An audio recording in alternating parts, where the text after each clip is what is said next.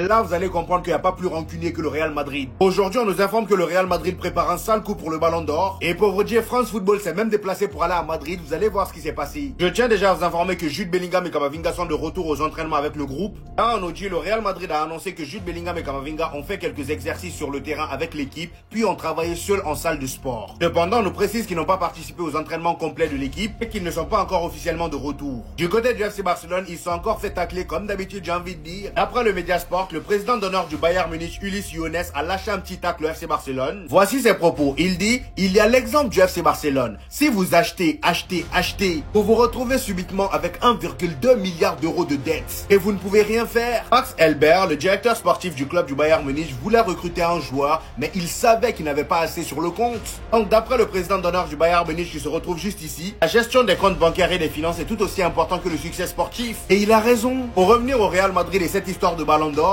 d'après le média Marca, les tensions entre le Real Madrid et les organisations du Ballon d'Or persistent. Pour vous dire, une délégation française du Ballon d'Or s'est rendue à Madrid pour régler le problème. Et ça ne s'est pas terminé positivement. Voilà, vous connaissez ce monsieur. On lui chie pas dessus gratuitement. Vous vous êtes foutu de lui la saison dernière. Voici maintenant les retombées. Bref, je sais pas ce que vous en pensez les gars, mais dites-moi ça en commentaire.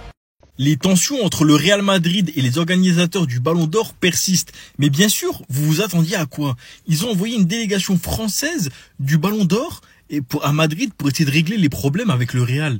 Mais les gars, ça s'est pas fini positivement. Mais c'était sûr en fait.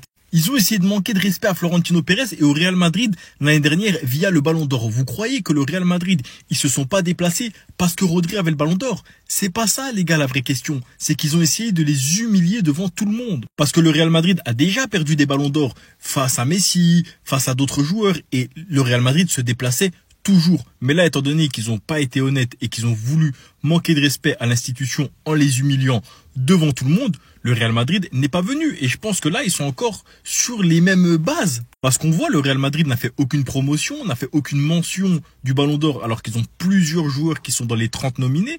Normalement, ils font déjà des mentions, même s'ils savent qu'ils vont pas l'avoir. Cette année, rien du tout. Et je pense même que cette année, ils ne vont pas se déplacer au Ballon d'Or. Vraiment, je le pense sincèrement. Moi, je pense que là, il y a vraiment une cassure entre France Football et le Real Madrid. Et c'est dommage pour eux parce qu'ils ont perdu le plus grand club du monde et l'un de leurs meilleurs représentants. Un des clubs, les gars, qui a gagné le plus de ballons d'or avec différents joueurs, etc.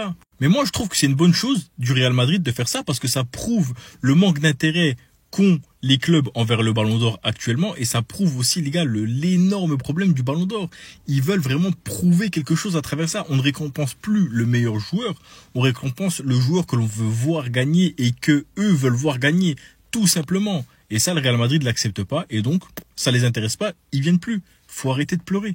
Tous les jours, il y a de nouveaux dossiers. Mbappé qui est en mode recrutement. On aura aussi de nouvelles photos exclusives du Kicks. Il aurait brisé la glace comme jamais auparavant. Sa famille aurait donné l'opportunité aux médias de voir des photos secrètes de lui. Et enfin, pour finir, on va parler de l'hypocrisie de Madrid envers la cérémonie du Ballon d'Or. Kylian Mbappé aurait demandé à Michael Olise de le rejoindre au Real Madrid. Arda Güler, Mastantuono, allez dehors. Ah les gars, faut dire les choses. Michael Olise, tu le mets sur la droite, c'est un truc de fou. Nos problèmes à l'attaque, ils sont à droite. Mastantuono, je suis pas sûr qu'il a le niveau du frérot. Vas-y, c'est sûr que c'est des rumeurs, ça parle pour parler. Et franchement, moi, Olise, je prends tous les jours. Le Kicks va briser la glace en nous révélant des photos de son enfance. C'était comment il est mignon, wesh. Et il y en a, il l'aime pas. Je sais pas c'est quoi la différence avec la saison passée, mais j'ai l'impression que cette saison, il est vraiment libéré, il fait des blagues, il rigole. Et ça, c'est carré quand il est comme ça, parce que quand il monte sur le terrain, c'est un méchant. Enfin, Madrid aurait des différends avec le Ballon d'Or. Il y aurait carrément eu une rencontre entre la délégation française du Ballon d'Or et Madrid, mais elle ne se serait pas conclue positivement. Moi, j'ai une question pour Madrid. Si Mbappé doit gagner le Ballon d'Or, on fait comment? Est-ce qu'on va toujours bouder la cérémonie? Le Kicks, lui, faut savoir, il pense déjà au Ballon d'Or. Donc Madrid, venez, on fait pas trop les malins, parce que quand ce sera lui,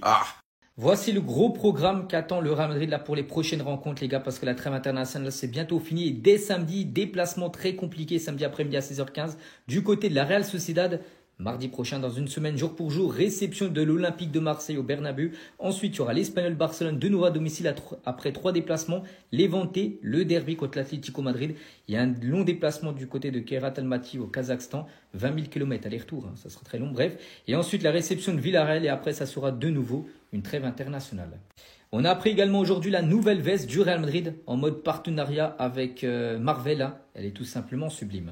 Toujours avec ce 9 septembre également, l'anniversaire de Luka Modric. Oui, il ne joue plus du côté du Real, mais c'est une légende madrilène. Donc 13 ans passés au club et aujourd'hui il fête ses 40 ans. Au programme aujourd'hui, pas mal de joueurs du Real Madrid jouent leur dernier match de cette trêve internationale. Gonzalo Garcia avec l'équipe espoir de l'Espagne contre le Kosovo à 19h tout à l'heure.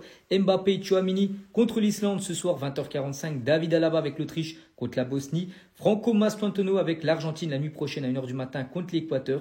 Et Fede Valverde avec l'Uruguay contre le Chili.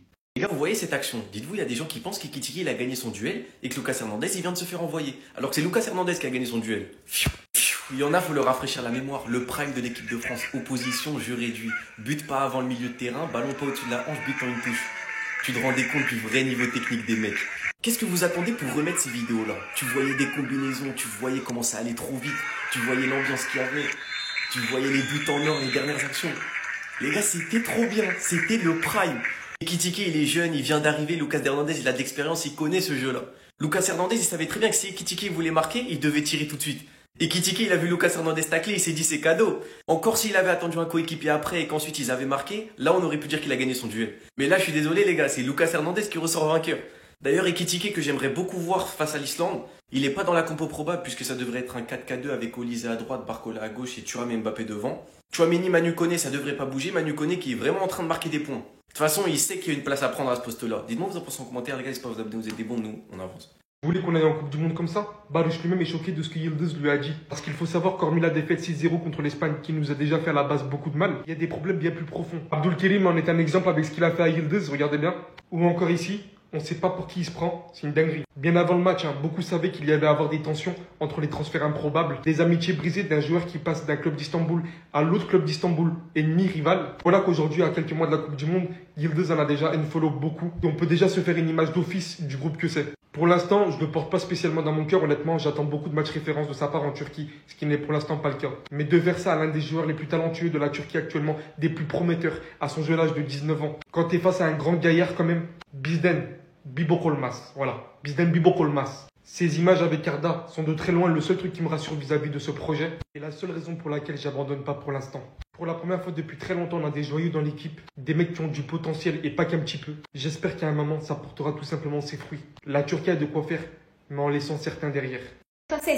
Voici le 11 probable des Bleus ce soir face à l'Islande. Et voici le genre de tweet qu'on peut lire sur Twitter. Il remet Barcola titulaire, ne me faites pas croire que ce chien ne fait pas exprès. Les gars, pour rappel, les joueurs du Paris Saint-Germain ne sont pas que les joueurs du Paris Saint-Germain, ce sont aussi pour certains les joueurs de l'équipe de France. Donc même si bien sûr je suis pas d'accord avec tous les choix de Didier Deschamps, etc., là pour le coup, c'est son équipe, il fait ce qu'il veut.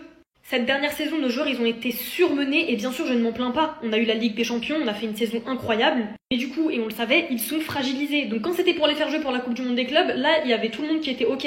Mais pour l'équipe de France, je vous rappelle quand même, au cas où vous aurez oublié, que les matchs qui jouent en ce moment, Ukraine, Islande, etc., c'est pour la qualification de la Coupe du Monde 2026. C'est pas des matchs amicaux comme on a pu le connaître à l'époque. Ce genre de tweet de gogol aussi. Le prochain rassemblement, faut que Nasser refuse d'envoyer les joueurs, rien à foutre. Mais vous êtes cons ou quoi? Les tweets comme ça, c'est ridicule. Didier Deschamps, il nous aligne les meilleurs joueurs qu'on puisse avoir pour la qualification en Coupe du Monde 2026, mais vous êtes pas content. Mais ça va pas ou quoi la tête? Ça va pas ou quoi la tête? Après, je peux comprendre la frustration quant à la blessure, par exemple, de Désiré Doué, parce que je crois que là, il va être absent pendant 4 ou 5 semaines. Dembélé, pareil, il était la première à m'en plaindre, parce que le PSG les avait quand même prévenus qu'il était fragile, et pour le coup, Dembélé aurait pu ne pas jouer le match aller face à l'Ukraine, pour le préserver un petit peu. Deschamps, il a quand même décidé de le faire rentrer en deuxième mi-temps, du coup il se retrouve blessé et il va être absent je crois 5 à 6 semaines. Donc il va rater l'OM, Atalanta, Barça aussi, ça je suis anéanti. Mais bref, on fait confiance à Luis Enrique et à notre merveilleuse équipe du Paris Saint-Germain. Et en ce qui concerne l'équipe de France, vous ne pouvez pas cracher sur Didier Deschamps pour tout et pour rien. Donc à la limite pour Dembélé je pouvais comprendre, mais là en ce qui concerne Barcola, faut se calmer.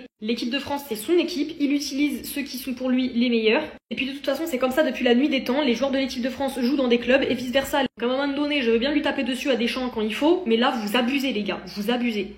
C'est confirmé, Zinedine Zidane prépare bien son arrivée prochaine avec l'équipe de France, mais avant, les dernières news mercato, c'est parti. On commence avec 7 transferts qui auraient pu se faire cet été et qu'on n'aurait pas vu venir. L'OM, Malcolm et Adam Aznou, le RC Lens, Luc de Jong, Monaco, Zegrova et Dissassi, le Paris FC, Sofiane Amrabat et le Stade Rennais, Kasper Dolberg.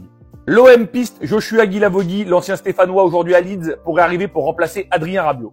Une histoire incroyable, Jakub Kiwior a appris son transfert à Porto par ses coéquipiers d'Arsenal à l'entraînement en lui montrant un Here We Go de Fabrizio Romano. Here We Go, Yacine Adli, le français, va s'engager avec Al-Shabaab. L'AC Milan va recevoir 7 millions d'euros bonus compris, contrat jusqu'en juin 2028.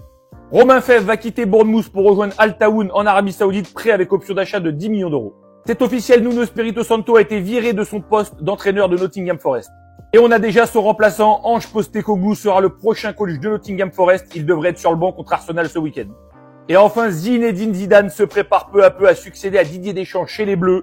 Il sait que des joueurs rêvent de travailler avec lui. ZZ, c'est tout, confie un proche. Il aurait par exemple déjà échangé avec Laurent Blanc à propos de son passage à la tête des Bleus de 2010 à 2012 et aurait même carrément déjà des idées sur le futur jeu de l'équipe de France. Alors les amis, Zinedine Zidane à la tête de l'équipe de France, vous confirmez ou pas? Dites-le moi dans les commentaires.